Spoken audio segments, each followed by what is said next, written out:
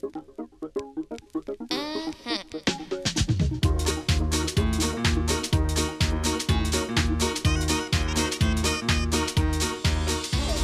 on va plus vite, on se fait plus plaisir, quoi. Donc c'est fastidieux. Ouais, et le problème, c'est que des fois, on a envie d'arrêter, on a envie d'abandonner parce que on peut pas dire ah bah c'est bon, c'est acquis quoi, en claquant des doigts, quoi. Ça prend du temps quoi, pour être acquis. Et du coup, eh ben, pour l'acquérir, eh ben, faut le répéter, quoi. C'est pour ça que je disais, il valait mieux répéter plusieurs fois des petites sessions que d'en faire une fois et se dire oh non, c'est bon, j'ai pris zéro plaisir, c'était trop dur, je le referai plus. Mais finalement, c'est ce genre de travail hors roller où quand même l'équilibre est moins précaire.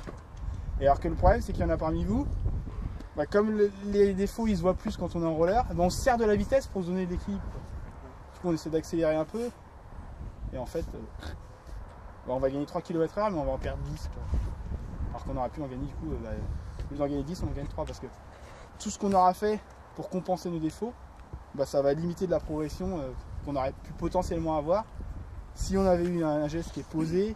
Ça sert à rien d'en faire trop, hein. Il faut avoir un geste simple, il faut que ça soit strict quoi, la position de patinage. C'est propre ou ça ne l'est pas, quoi. Il n'y a pas de position à moitié propre. C'est-à-dire qu'à partir du moment où elle n'est pas bonne, elle est forcément mauvaise. Mais c'est vrai en plus.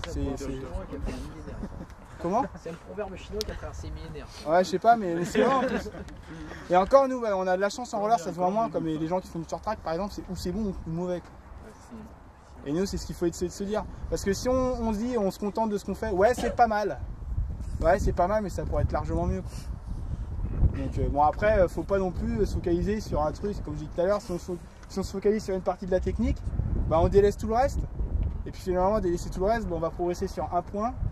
Mais bon, comme on n'aura pas progressé sur le reste, le gain il va être limité, quoi. Alors que si on essaie de progresser sur tous les compartiments de la technique, c'est dans l'ensemble global qui va progresser. Et du coup, ça fait un effet de synergie. C'est-à-dire que si on progresse dans tous les compartiments, on progresse d'autant plus globalement. Mais il ne faut surtout pas oublier la notion de plaisir. C'est-à-dire quand on va patiner, c'est avant tout pour se faire plaisir, c'est pas pour penser seulement à sa technique. Il y a un moment aussi où on se dit, c'est bon, j'ai fait une demi-heure technique, là ça me saoule, maintenant je veux avancer. Ça fait aussi partie du jeu. C'est en prenant plaisir qu'on va avoir envie de s'investir pour progresser techniquement. Parce que les gens qui s'obstinent à avoir progressé à tout prix en faisant que ça, la dimension de plaisir, au revoir, ils en font 6 mois, ils prennent des rollers au placard, j'y arriverai jamais, ça me saoule.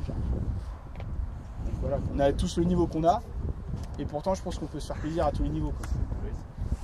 C'est important. Moi je fais d'autres sports, quand je vais m'aligner à un 10 bornes de course à pied, je sais très bien que je vais me faire allumer, quoi.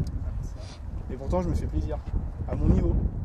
Et pourtant je cours comme une enclume, mais j'essaie de progresser, tout en me disant, putain, il faut quand même que j'essaie de bouffer le vent, quoi. J'essaie de m'appliquer, mais au bout d'un moment, il reste 2 km là, on s'applique plus, on essaie d'aller vite. Donc il faut trouver le bon compromis.